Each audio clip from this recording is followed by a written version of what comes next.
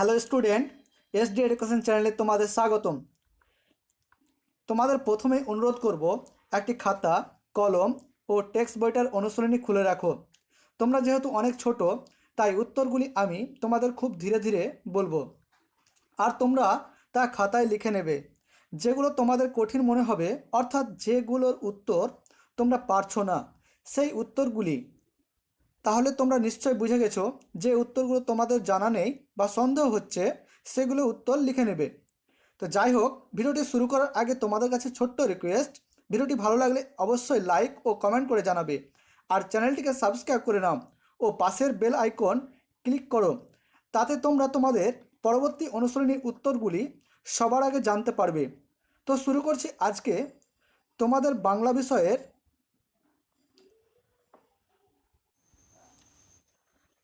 বিমলার অভিমান, নবকৃষ্ণ ভট্টাচার্য। তো বিমলার অভিমান নবকৃষ্ণ ভট্টাচার্যের লেখা। তো তোমরা এই অধ্যায়টা বের করো।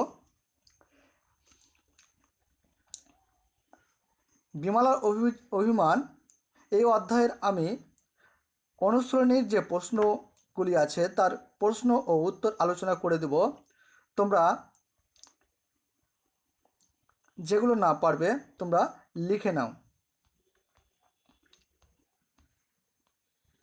তো তোমরা অনুশীলনীটা বের করো আস্তে আস্তে। হ্যাঁ,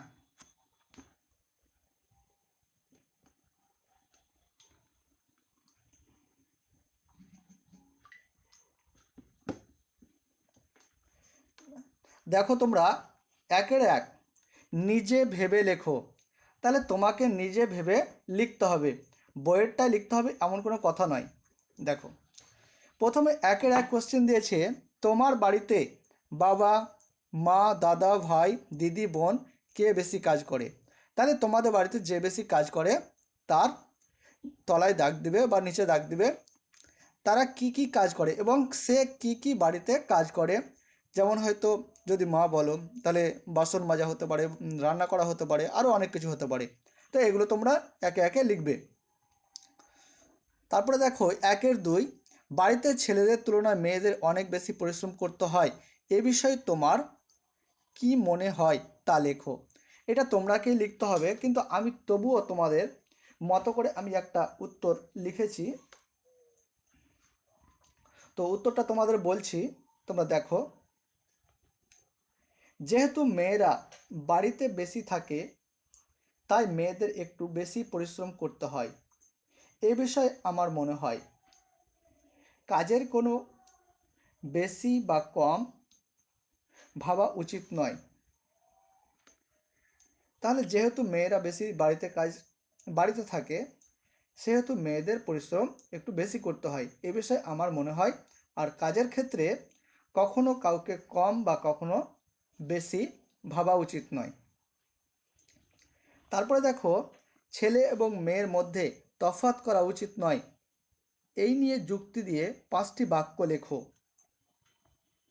তাহলে এই নিয়ে তোমাকে 5টি বাক্য লিখতে হবে। তো তোমাদের উত্তর বলছি, তোমরা খাতায় লিখে নাও,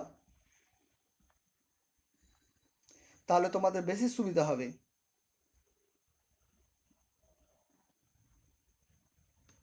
তো প্রথম তোমরা 1 নম্বর দিয়ে লিখবে, ছেলে এবং মেয়ে উভয়ই সমান ক্ষমতার অধিকারী। আবার বলছি, 1 নম্বর, ছেলে এবং মেয়ে উভয়ই সমান ক্ষমতার অধিকারী। 2 নম্বর দিয়ে লিখো, ছেলে ও মেয়ে উভয়ই সমান মর্যাদায়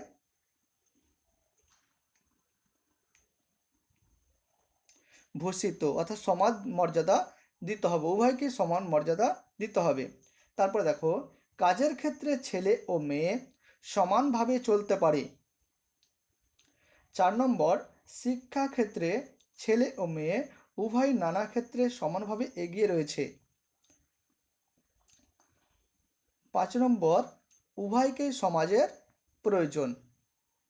তারপরে দেখো তোমরা 2 দাগের কোশ্চেন। 2 দাগের কোশ্চেনে বলা হয়েছে, শব্দযুগলের অর্থ পার্থক্য লেখো। তাহলে শব্দ যুগলের অর্থ পার্থক্য লিখতে হবে। এখানে দুটোই দেখো উচ্চারণ একই, কিন্তু এদের অর্থগুলো কিন্তু ভিন্ন ভিন্ন, অর্থগুলো আলাদা আলাদা। এবার দেখো প্রথম যেটা ভার আছে, তাহলে ভার মানে ওজন, ও বর্গীর জ দন্তান্ন ওজন। আর দ্বিতীয় যেটা ভার আছে ভয়চরণ আকার ডয়সুনরা, মাটি দ্বারা নির্মাণ বা নির্মিত পাত্র বা মাটির পাত্র বললেও হবে, তাহলে মাটির পাত্র। তারপরে দেখো প্রথম যেটা বাঁচা আছে, বাঁচা মানে বেঁচে থাকা, বয়চরণ একা চয়কার বেঁচে। আর বাছা, বাছা মানে নির্বাচন করা। তারপর দেখো দন্ত সয়কা দন্ত নাগা আছে সোনা, সোনা মানে দামি ধাতু। আর নিচের সোনা মানে কোনো কিছু সোনা বা কান দিয়ে সোনা। তারপরে দেখো 3 নম্বর, নিচের প্রতিটি শব্দের দুটি করে অর্থ লেখো। বেলা, বেলা মানে ক্ষেত্রে আর দিনের বেলা বা দিনের সময়। আর দাম মানে দেখো দুটো অর্থ, মূল্য এবং গুরুত্ব। তাহলে বেলা থেকে হলো ক্ষেত্রে এবং দিনের সময়, আর দাম থেকে মূল্য এবং গুরুত্ব। এবার দেখো পাঠ্য কবিতা থেকে অন্তমিল খুঁজে নিয়ে লেখো 5টি। একটি করে দেওয়া হলো নুন থেকে চুন। তাহলে এইরকম অন্তমিল আছে, আমরা এর আগে অনেক উত্তরে আমরা করে দিয়েছি। সেই রকম এখানে কিন্তু আমরা চলে যাব কোথায়, কবিতায়। তাহলে কবিতায় তোমরাও চলে যাও।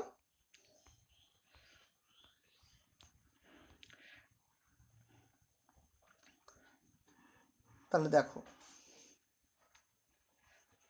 দেখো এখানে দেখো নাম ই, তারপরে দেওয়া আছে আমি। তারপর এখানে দেখো আছে যা মা, ভার একবার, মুড়িয়ে তাড়িয়ে। তাহলে আবার বলছি, নামি আমি, তারপর যা মা, ভার একবার, মুড়িয়ে তাড়িয়ে। আরও দেখো করো মরো, তাই ভাই। তাহলে এই ছিল তোমাদের অন্তমিল যুক্ত, অর্থাৎ শেষে মিল। অন্ত বলতে শেষকে বোঝায়, অন্ত বলতে শেষকে বোঝায়। তাহলে শেষে মিল এইরকম 5টি শব্দ তোমরা কবিতায় পেয়ে গেছো। তারপরে দেখো তোমরা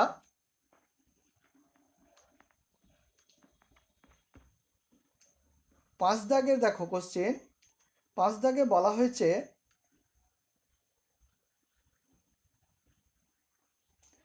যে ক স্তম্ভের সঙ্গে খ স্তম্ভ মিলিয়ে লেখো, অর্থাৎ ক এর সঙ্গে খ মিলিয়ে লিখতে হবে তোমাকে। তাহলে নুন, নুনকে কি বলি আমরা, লবণ, তাহলে নুনের সামনে লবণ। তারপর দুরন্ত, দুরন্ত মানে দুষ্টু। তারপর ছাই, ছাই মানে ভস্ম, তাহলে ছাইয়ের সামনে ভস্ম লিখো। ফরমাস, ফরমাস থেকে আদেশ। চূড়ো, চূড়ো মানে শিখর। তারপরে চলে যাও 6 দাগের বিশেষ্য এবং বিশেষণকে আলাদা করতে হবে।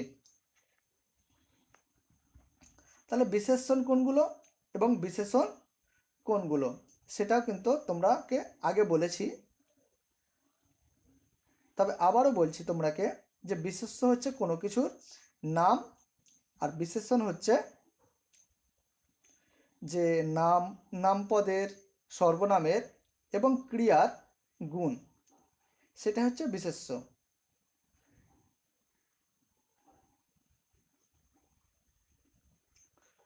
তো তোমরা দেখো উত্তর দেখো।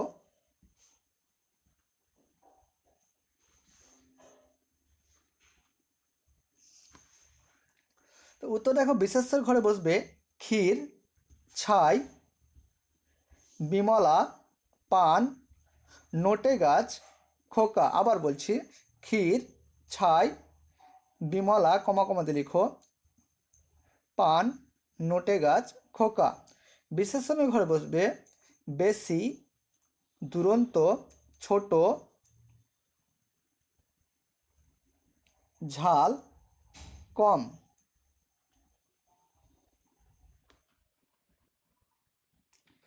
একটা তোমাদের দেখো মিস্টেক হয়েছে, নুনটা কিন্তু বিশেষ্যের ঘরে বসবে, কারণ নুন একটা কোনো একটা বস্তুর নাম, কোনো একটা খাবারের নাম। তারপরে দেখো ক্রিয়ার নিচে দাগ দাও। ক্রিয়া তোমাদের বলেছি আমি ক্রিয়া কোনগুলো, যেগুলো কাজ বোঝাবে সেগুলো হচ্ছে ক্রিয়া। এখানে দেখো 7-1 খাবো না তো আমি, তাহলে খাবো, খাবোটা হচ্ছে ক্রিয়া। তারপরে দেখো যা বিমলা যা, তাহলে এখানে কিন্তু দুটো দেখো ক্রিয়া আছে, যা ডবল যা আছে, সেই ডবল যায়ের তলায় দাগ দিতে হবে। তারপরে দেখো ও বিমলা, নে না নে মা একবার, তাহলে নেটা হচ্ছে এখানে ক্রিয়া। তারপরে দেখো অবু বেশি খাবে, তাহলে খাবেটা হচ্ছে ক্রিয়া, তার খাবের নিচে দাগ দাও। দেমা এনে চুন, তাহলে এনেটা হচ্ছে এখানে ক্রিয়া। তারপরে দেখো তোমরা 8 দাগের শূন্য স্থান, 8 দাগের শূন্য স্থান তোমরা দেখো,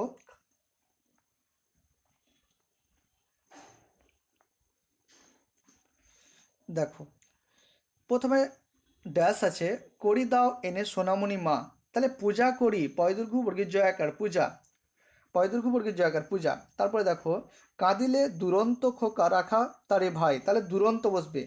তারপর দেখো ছাগলেতে নোটে দন্ত নট একা নোটে, গাছ খেলে যে মুড়িয়ে।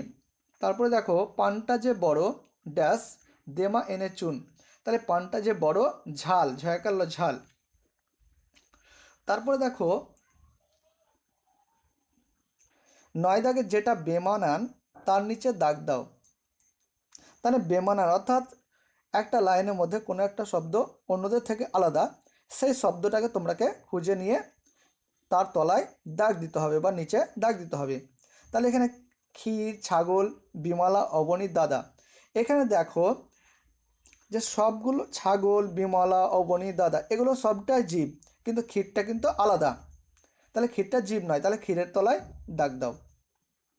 তারপরে দেখো 9-2 ফুল, রাধু, বিমলা, সোনামণি, মা, পূজা, তাহলে এগুলো দেখো ফুল বাদে সবগুলোই কিন্তু এক একটা নাম, কিন্তু ফুলটা একটা কি গাছের গাছের কোনো একটা অংশ বলতে পারো, তো বাকিগুলো সবই কিন্তু এক একটা নাম, তাহলে এখানে ফুলের তলায় দাগ দাও।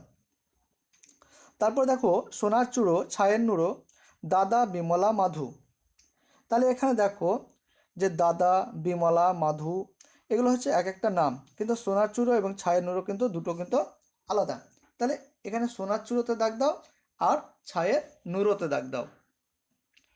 তারপরে দেখো বিপরীত শব্দ, দেখো বিপরীত শব্দ দাও, তাহলে দাও থেকে নাও দন্তনায়কার ও নাও, বড়, বড় থেকে ছোট, বেশি, বেশি থেকে কম, ঝাল, মিষ্টি, মহেশি মধ্যাহ্ন শয়টা হেসে মিষ্টি। তারপর আসে যায়। তারপরে দেখো বাক্য রচনা করো, ক্ষীর, তাহলে ক্ষীর খুব মিষ্টি হয়, দুরন্ত, দুরন্ত ছেলেদের কেউ ভালোবাসে না। তারপরে ছাই, তাহলে আগুনে গাছ পোড়ালে বা আগুনে জ্বালানি পোড়ালে ছাই হয়, নোটে গাছ, তাহলে নোটে গাছের শাক হয়। চুন, তাহলে পানে, এটা লিখতে পারো তোমরা, পানে চুন দিয়ে খাই বা পানে চুন দেই বা চুন সাদা হয়, তোমরা যে কোনো লিখতে পারো। তারপরে দেখো শব্দগুলো ঠিক মতো সাজিয়ে বাক্য তৈরি করো,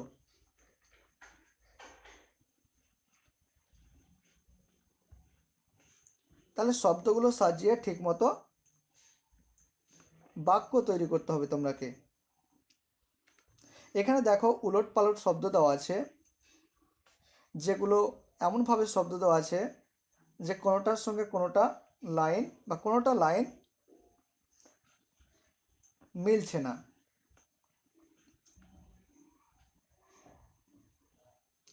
তাহলে দেখো তোমরা 12-1 পরিমাণে দাদার কম বিমলার থেকে ক্ষীর, তাহলে এটা কি হবে, এটা হবে দাদার থেকে বিমলার ক্ষীর পরিমাণে কম, দাদার থেকে বিমলার ক্ষীর পরিমাণে কম। তারপরে দেখো হয় বিমলাকে ফুল ফুল ফুল পূজার আনতে, তাহলে এটা হবে বিমলাকে পূজার ফুল আনতে হয়, বিমলাকে পূজার ফুল আনতে হয়। তারপরে দেখো করে সবার পালন বিমলা ফরমাস সব, তাহলে এটা হবে বিমলা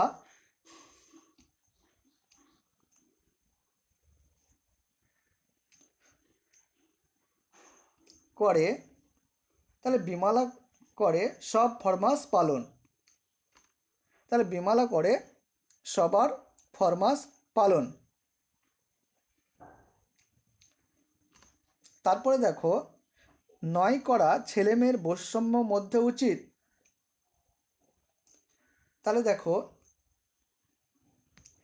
এটা হবে, সরি একটা ছুটে গেছে, যে মেয়ে বিমলার অবিচার প্রতি শুধু বলে হয় করা। তাহলে এটা হবে তোমাদের যে মেয়ে বিমলার প্রতি শুধু অবিচার করা হয়। তারপর দেখো নয় করা,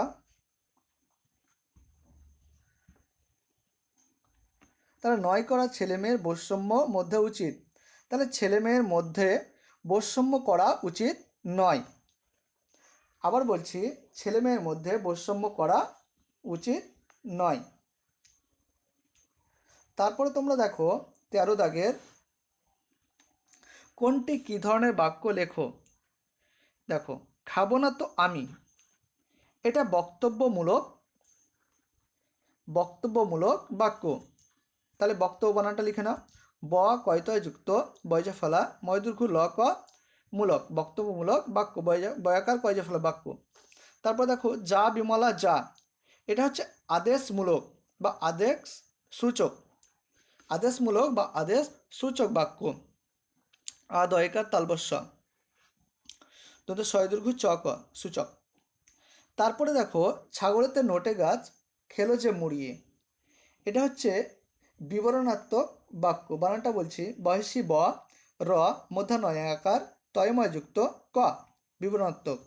তারপরে দেখো আমার বেলায় বুঝি ক্ষীর মাত্র নামি, এটা হচ্ছে তোমরা এর আগে বলেছিলাম, যখনই প্রশ্নসূচক বা প্রশ্ন চিহ্ন থাকবে তখন সেটা হয়ে যাবে প্রশ্নবোধক বাক্য।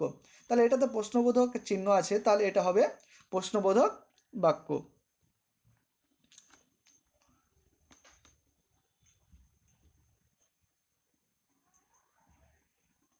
তারপরে দেখো তোমরা, কবি নবকৃষ্ণ ভট্টাচার্য কোন শিক্ষা প্রতিষ্ঠানের ছাত্র ছিলেন। তাহলে দেখো এখানে দেখো কোন শিক্ষা প্রতিষ্ঠানের ছাত্র ছিলেন, এখানে লেখা আছে দেখো, সংস্কৃত কলেজিয়েট স্কুলে তিনি শিক্ষা গ্রহণ করেন।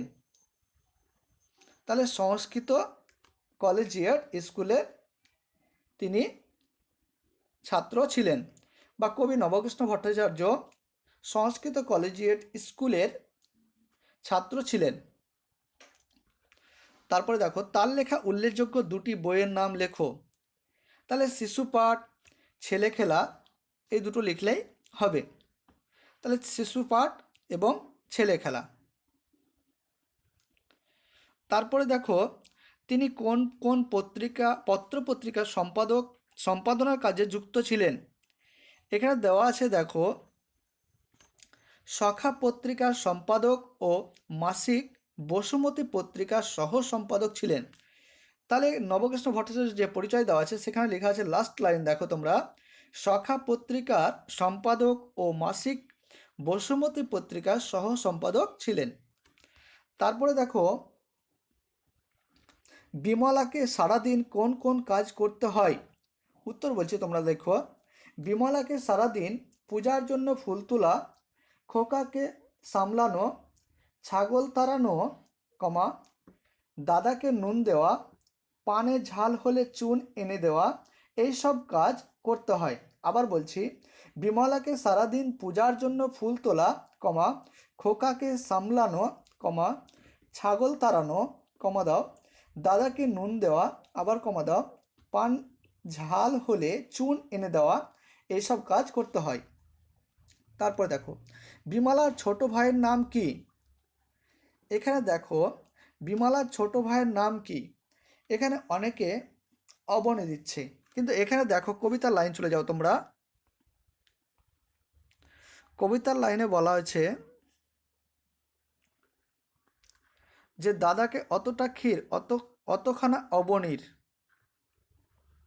তাহলে এখানে কিন্তু বিমলার ছোট ভাইয়ের নাম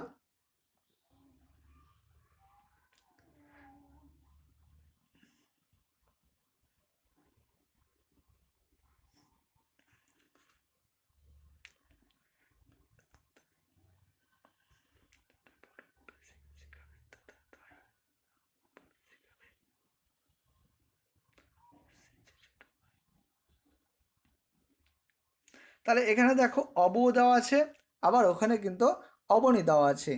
তাহলে ছোট ভাইয়ের নাম এখানে দেখো যে অবু বেশি খাবে, আহা সেটি ছোট ভাই। তাহলে এখানে আমরা পাচ্ছি অবু, তাহলে কখনোই অবনী কিন্তু নয়। তাহলে ছোট ভাই এখানে বলে দেওয়া হয়েছে, ওখানে কিন্তু বলেনি যে, বলেছে দাদা অতটা ক্ষীর অতখানা অবনী, এখানে কিন্তু ছোট ভাইয়ের কথা বলেনি। তাহলে এখানে দেখো তোমরা এই লাইনটা দেখো, এই লাইনটা দেখো যে শেষ প্যারা যেটা তোমাদের, সেখানে দেখো লেখা আছে দাদা বড় বেশি বেশি খাবে, দাদা তাই অবু বেশি খাবে, দাদা তাই অবু বেশি খাবে হাইফেন আহা সে ছোট ভাই। তাহলে এখানে কিন্তু বিমলার ছোট ভাইয়ের নাম আমরা যেটা পেয়েছি সেটা কিন্তু অবনী। সেও ও তার দাদা বেশি বেশি খাবার পাবে কেন? দেখো, সে ছোট বলে বেশি খাবার পাবে, আর তার দাদা বড় বলে সে বেশি খাবার পাবে। তাহলে তার ছোট ভাই ছোট বলে এবং তার বড় দাদা বড় বলে বেশি খাবার পাবে। তারপর দেখো, তাই বুঝি বিমলার কমে গেছে দাম, বিমলার দাম কমে গেছে মনে হওয়ার কারণ কি?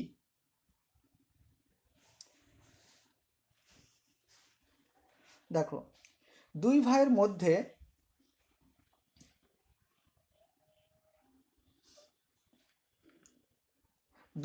মধ্যে এক বোন, তার দাদা ও ভাই অবনী, এখানে আবার কিন্তু যাই হোক অবনী বলা যাবে না, অবু আদর ও বেশি পায়, সে পায় না। আবার বলছি সে দুই ভাই দেখো, আবার বলছি দুই ভাই ও এক বোনের মধ্যে তার দাদা ও তার ছোট ভাই অবু বেশি আদর পায়, কিন্তু সে পায় না। তাই তার মনে হয়েছে পরিবারের সকলের কাছে তার দাম কমে গেছে। তারপরে দেখো, বিমলার প্রতি তোমার অনুভূতির কথা 5টি বাক্যে লেখো।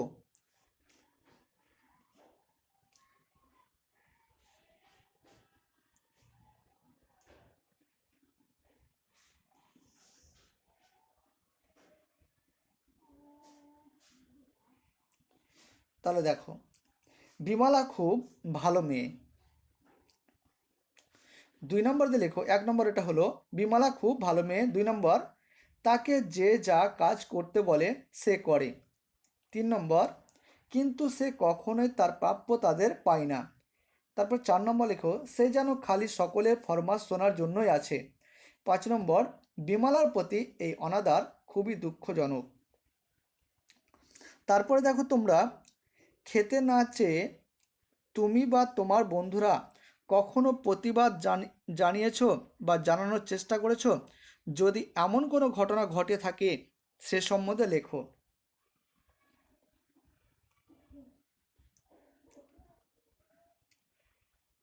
তাহলে উত্তরটা লিখো, এটা তোমার খাতায়, এটা তোমরা খাতায় উত্তরটা তোমরা লিখবে, এটা তোমরা খাতায় নিজে। কারণ তোমরা দেখো, তুমি যদি খেতে না পাও তাহলে কীরকম প্রতিবাদ করেছিলে বা তোমার বন্ধুরা কেমন প্রতিবাদ করেছিল বা কী বলেছিল, সেইভাবে তোমরা বানিয়ে বানিয়ে লিখবে। তারপরে দেখো,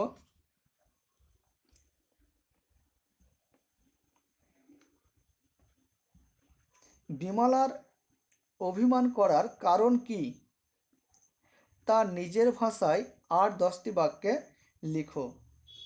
তাহলে বিমলা কেন অভিমান করেছিল এটা তোমরাকে লিখতে হবে। তাহলে আমি একটু বলে দিচ্ছি তোমাদের, তোমরা লিখো, একটু মানে বড় হবে, তো তোমরা আস্তে আস্তে বলছি, তোমরা লিখে নাও। বিমলার অভিমান করার কারণটি সঙ্গত। আবার বলছি, বিমলার অভিমান করার কারণটি সঙ্গত। সকাল থেকে দাঁড়িয়ে দাও দিয়ে লিখো, সকাল থেকে সন্ধে অবধি বাড়ির যাবতীয় কাজকর্ম বিমলাকে করতে হয়, সকলের ফরমাস মেনে চলতে হয়। দাঁড়িয়ে কিন্তু বাড়িতে আবার এলে পরিমাণে সে সব থেকে কম পায়, তখন তার কথা কারো মনে পড়ে না। দাঁড়ি, তার দাদা বড় তাই বেশি, আর তার ভাই ছোট তাই বেশি খাবার পায়। সে মধ্যেখানে পড়ে যেন ছায়ের নুড়ো হয়ে গেছে। তাই তার অভিমান মূলত তার মা, বাবা এবং বাড়ির বড়দের উপর। তার এই অভিমানটি তার না খাওয়ার সিদ্ধান্তের মধ্য দিয়ে ফুটে উঠেছে। তো এ গেল তোমাদের বিমলার অভিমান কবিতার অনুশ্রেণীর যে প্রশ্ন তার উত্তর আলোচনা।